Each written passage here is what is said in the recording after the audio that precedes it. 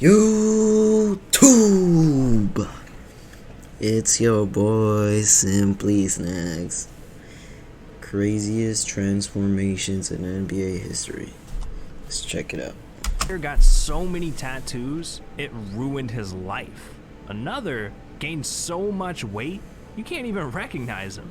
These are the craziest transformations in NBA history.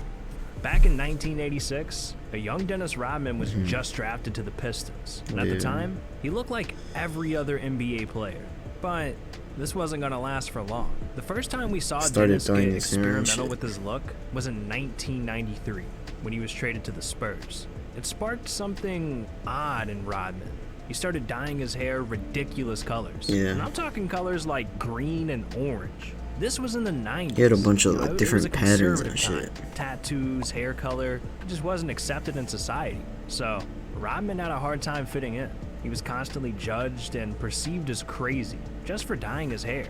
But this was only the beginning. When Rodman was traded to the Bulls, joining Michael Jordan in 1995, he found something he'd been looking for his entire life.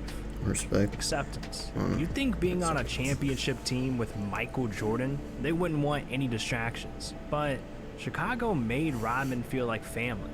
They embraced him and his crazy side. For the first time, Rodman was able to truly be himself. And with that, dude started doing even crazier stuff to his hair. I'm talking leopard print, zigzags, rainbows, ribbons, logos, even Scottie Pippen's jersey number. If it was a look, Rodman did it. His hairstyle was changing every game, and the fans in Chicago loved it. And the more fans cheered him on, the more Rodman started showing his true self. Hoop earrings, nose piercings, dresses, fur coats, tattoos, painted nails. Rodman was the first NBA player to ever portray themselves like this. And when he was asked why, he said, "Chicago really embraced me so much. If I did anything, people would stand up and cheer. I never got that before. I was so happy, energetic, alive, exuberant, dyeing my hair, dressing in drag. It just all came naturally to me." At first, people were uncomfortable with Rodman's look, but they came to accept him. Now, what people have never accepted is Steven Adams' transformation. Steven came into the NBA as a pretty normal looking dude. I mean, if you consider being 7 foot and 250 pounds normal. He had no tattoos in sight and an average haircut, so he didn't stand out at all. And in 2013, he was drafted with the 12th pick to the Thunder, putting up a whopping 3.3 points and 4.1 rebounds per game. Yeah. Ooh. So there was a ton to be done on his game and appearance. And with that, he got to work. But things got off to a rocky start. I mean, the dude grew out a mustache that should have had him banned from being anywhere near a school. Like, look at this. Are you seeing this? I don't even want him near me. But thankfully, a year later, he decided he was done being a creep. Or so I thought. I don't know how he managed to do it, but he needs to stay even further away from schools. And menace to society. This was all part of his master plan. He continued growing out his hair and beard, bulked up, and inked out his entire arm and chest, transforming himself from a dork to Aquaman. But was his transformation for reasons as deep as Dennis Rodman? Well, he admitted that he was just tired of spending $60 on a haircut. Dude, you just signed a $100 million contract. Why do you even care about $60? Never mind. That's dumb as fuck. You do you, I guess. But at least Adams didn't turn into a complete freak like Giannis Antetokounmpo. He came into the NBA as a 6'8", 190-pound kid. And you may think that's huge, but that is small compared to what he transformed into.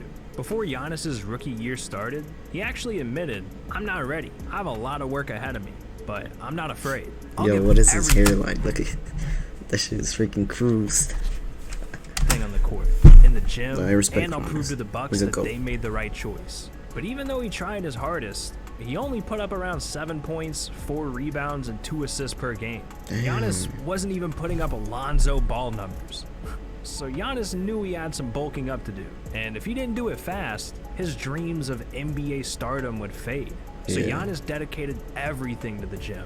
During his second season, he grew 3 inches and gained 27 pounds, making Okay, him he's on the 6'11" grind. and 217 pounds. He was On that literally grind. becoming a freak right in front of our eyes. But there was something big holding Giannis back. He didn't drop a like and subscribe to the channel. Yeah, that's right. Alright, I We got actually the thought that power was to make real. you a freak. Ooh, so what are you doing? But not supporting the channel wasn't the only thing holding him back. Early in Giannis's career, he was addicted to McDonald's, Chick-fil-A, and Wendy's. He knew if he didn't give up the Big Macs and Baconators, his career and health would be ruined. How is he so skinny? He started eating 6 meals per day, all filled Damn. with clean carbs, 6? protein, fruits, and vegetables. And he locked himself in the gym 6 days a week. And within Damn. just a few seasons, he went from a He's bench in a life. player to a face of the league. Giannis put on nearly 25 more pounds, now weighing 242.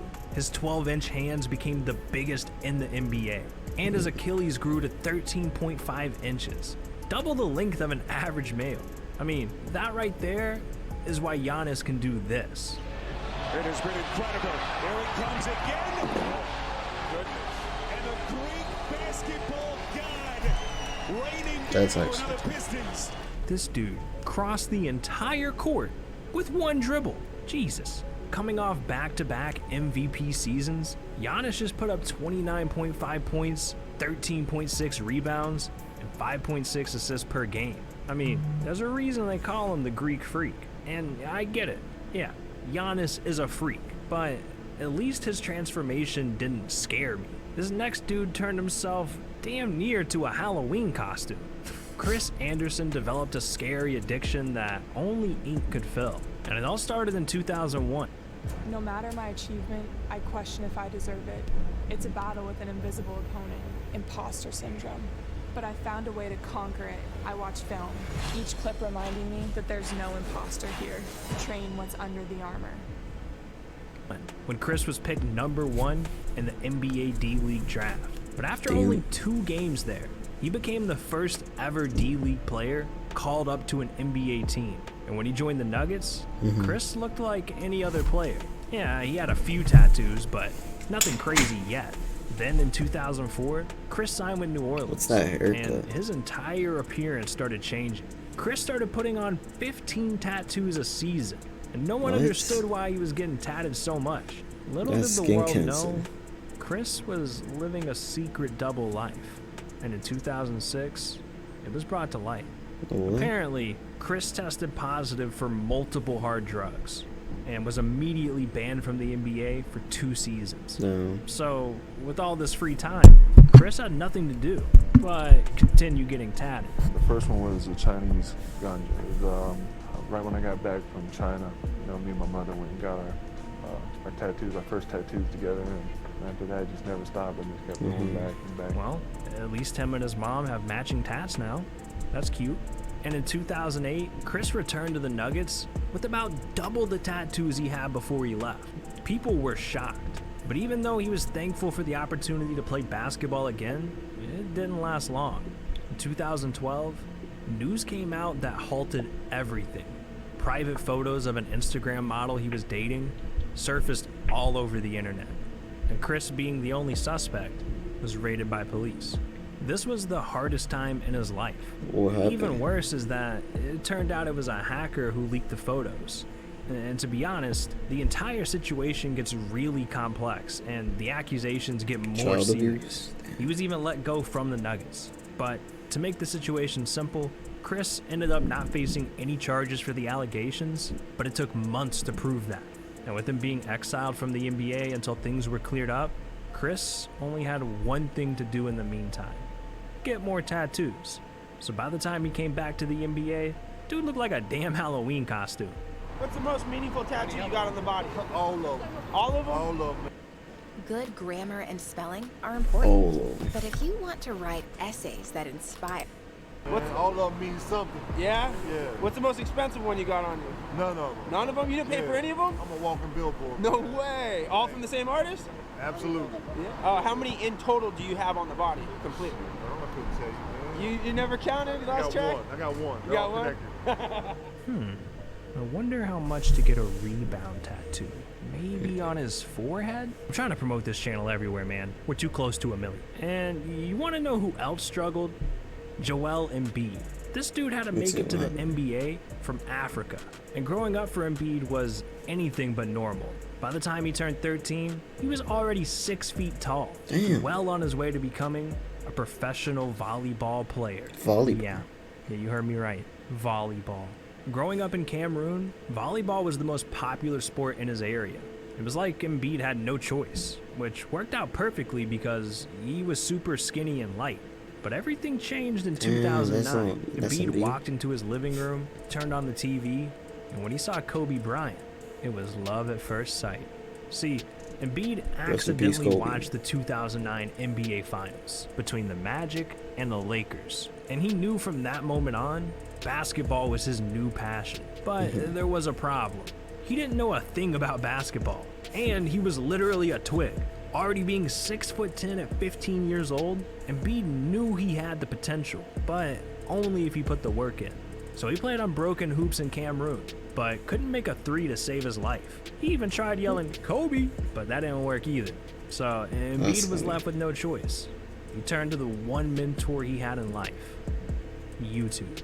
So I'm chilling one night, and I go on YouTube, and I'm thinking I'm about to figure this shooting thing out. I go to the search box like, how to shoot 3-pointers? Nah. How to shoot good form? Nah. Then a light bulb went off in my head. Man, I typed the magic words. White people shooting 3-pointers. Damn right, my jump shot's buttery smooth. Ooh! And with that, Embiid finally learned how to shoot. So when he turned 16, he had his moment. He was discovered at a basketball camp by NBA player Luke Mbah a Moute. Luke saw Embiid's size at such a young age and immediately knew he had what it took to go pro.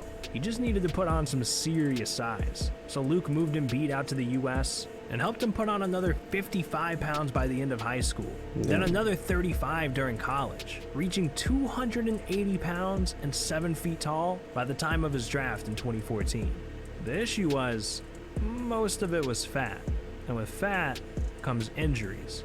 So the first 2 years of his career were completely derailed. He didn't play a single game those 2 seasons because he kept getting injured during practice. And Embiid realized he may never play a game in the NBA if he doesn't drop the fat. So with a lot of work, Embiid is now listed at 7'2", 280 pounds. Except this time, it's all muscle. And hey, it's showing. Embiid's having the best season of his career so far in 2021. That's just what happens. That's You facts. make up your mind and get it done. But Russell Westbrook definitely couldn't make up his mind. And it all started when he was drafted. He had a buzz cut that made him look exactly like a Ninja I Turtle. remember that. I mean, come on. Tell me he doesn't look like Raphael. And in 2015, he started playing his best basketball. So with all eyes on him, he went on a haircut rampage. The man was changing his cut like once a week. It started with this, and then went to this. Damn, Westbrook's barber need to hook me up. I'm over here looking like Steven Adams. God damn it. But once KD left OKC, I look, he needs a Westbrook haircut. officially became the face of the team. And his fades got even more crisp. Westbrook stuck with these types of hairstyles throughout the rest of his Thunder career. But once he was traded to Houston, he created a hairstyle that I can't even explain.